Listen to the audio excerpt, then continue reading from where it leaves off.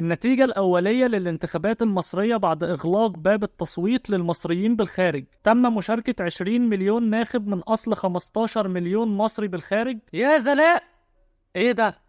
ازاي يعني؟ النتيجة كالتالي: أولا، الرئيس الحالي لمصر الرئيس عبد الفتاح السيسي حصل على 99% من الأصوات. ياه، صحيني عليني وديني غديني عشان الشربندر بندم التف الشربندر بندا برا برا برا برا بن ايه ده يعني؟ فرحان يا زمير فرحان. انت ما تعرفش انا قعدت قد ايه عشان خاطر اجيب المجموع ده واخش طب. الحمد لله ربنا ناولها لي. وانت مالك انت؟ صح، دي الانتخابات، معلش انا نسيت. ثانيا، المرشح عبد الصمد يمامة حصل على 0% من الاصوات.